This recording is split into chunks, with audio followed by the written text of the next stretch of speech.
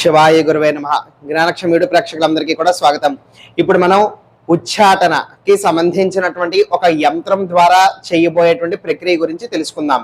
ఉచ్చాటన అంటే ఏమిటి? ముందు మీకు ఎవరైతే పడనటువంటి వ్యక్తి ఉన్నారో, మీ యొక్క కుటుంబ సభ్యుడు కావచ్చు, మీ యొక్క స్నేహితుడు కావచ్చు, బయట వాళ్ళు కావచ్చు, మీ తోటి ఉద్యోగస్తులు కావచ్చు, ఎవరైనా కూడా కావచ్చు, మీ యొక్క దగ్గర బంధువుల్లోనే కావచ్చు, లేకపోతే మీ యొక్క సొంత వాళ్ళే కావచ్చు. వాళ్ళ వలన గనక ఒకవేళ మీకు సుఖం లేదు, సంతోషం లేదు, చాలా ఇబ్బందులు పడుతున్నారు, చాలా కష్టాలు పడుతున్నారు, చాలా ఇబ్బందులుగా ఉన్నాయి వాళ్ళ దగ్గర ఉండటం వలన కనుక మీరు అనుకున్నట్లయితే మీ యొక్క జీవితంలో నుంచి వాళ్ళు పూర్తిగా వాళ్ళని తొలగించుకోవటమే ఉచ్చాటన ప్రక్రియ. అంటే ఏమిటి అని అంటే, మీతో కలిసి ఉండాలని కానీ, మీరు ఉన్న చోటన ఉండాలని కానీ, మీతో జీవితం పంచుకోవాలని కానీ, మీ గురించి ఆలోచించాలని కానీ, ఇటువంటి ఏ సంబంధితమైనటువంటి ఆలోచనలు కూడా వాళ్ళకి రావన్నమాట. అలాగే ఆ యొక్క ప్రాంతం కూడా విడిచి వెళ్ళిపోవాలి అనబడేటువంటి ఉద్దేశము, మనస్తత్వం కూడా కలుగుతాయి అన్నమాట. ఈ విధంగా పూర్తిగా వాళ్ళు మీకు దూరంగా ఉంటారు, దూరం అయిపోతారు, మళ్ళీ మీ గురించి ఆలోచన కూడా చేయరు. కాబట్టి దీన్ని చాలా సిన్సియర్ గా తీసుకోండి, ఆకతాయితనంగా అయితే తీసుకోవద్దు. కేవలము ఉత్తి పుణ్యాన్న ఏమి కూడా అంత ఇబ్బందికరంగా లేకపోయినా, అంత బాధ పెట్టకపోయినా కూడా ఉత్తి పుణ్యాన్న ఆ మనిషి ఇబ్బంది పడాలి, ఇక్కడి నుంచి వదిలి వెళ్ళిపోవాలి, ఈ ప్రాంతం విడిచి వెళ్ళిపోవాలని ఆకతాయితనంగా అయితే ఇవి వాడరాదు. చాలా గా ఉన్నటువంటి పరిస్థితులు అయితే మాత్రమే, ఇంకా ఎటువంటి పరిస్థితుల్లో తప్పదు మీకు అన్న పరిస్థితుల్లో మాత్రమే ఈ యొక్క ప్రక్రియ అనేటువంటిది మీరు వాడవచ్చు. మరి ఏం చెయ్యాలి అని అంటే కనుక, ఒక తెల్లటి కాగితం తీసుకోండి. ఇప్పుడు నేను మీకు చూపిస్తున్నటువంటి ఈ యొక్క యంత్రాన్ని ఒక నలుపు రంగు యొక్క ఇంకు వాడి నేను చూపిస్తున్నటువంటి యంత్రాన్ని ఈ యొక్క తెల్ల కాగితం మీద గీస్తారు. ఎటువంటి మంత్ర సాధనలు అక్కర్లేదు, దీపారాధనలు అక్కర్లేదు, పూజ చెయ్యక్కర్లేదు, ఏమి కూడా మంత్రించాల్సినటువంటి అవసరం లేదు. ఇది ఏ రోజైనా చెయ్యొచ్చు, ఎప్పుడైనా సరే చెయ్యొచ్చు. ఎటువంటి నియమ నిష్టలు ఏమీ కూడా లేవు, ఏ మాత్రము కూడా. కేవలము ఈ యొక్క యంత్ర ప్రకరణ, దీంట్లో మనం వేసినటువంటి అక్షరాలకి అటువంటి శక్తి, ఉచ్చాటన కలిగించేటువంటి శక్తి అనేటువంటిది ఉంటుంది. అయితే ప్రత్యేకంగా ఈ యొక్క వ్యక్తి మీకు ఉచ్చాటన కలగాలి అని ఆ యొక్క పేర్లు కూడా మీరు ఎక్కడ లిఖించాల్సినటువంటి అవసరం ఉండదు.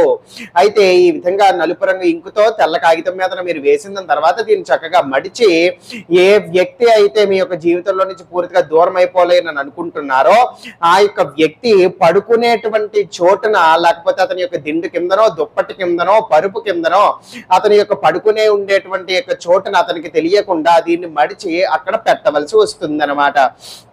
ఈ విధంగా అతను ఒక 3 రాత్రులు ఆ యొక్క భాగాన్ని కనుక అతను పడుకున్నట్లయితే గనుక మీ యొక్క పని అనేటువంటిది జరిగిపోతుంది అనమాట. 3 రాత్రులు ఆ విధంగా చేసినట్లయితే 4వ రోజు నుంచి దీని యొక్క ప్రభావం అనేటువంటిది చూపించడం మొదలవుతుంది. అతి తక్కువ కాలంలోనే మీరు కోరుకున్నట్టు అవుతుంది. మీ యొక్క జీవితంలో నుంచి ఆ యొక్క ప్రాంతం నుంచి పూర్తిగా అతను వెళ్ళిపోయేటువంటి పరిస్థితులు ఏర్పడతాయి అనమాట.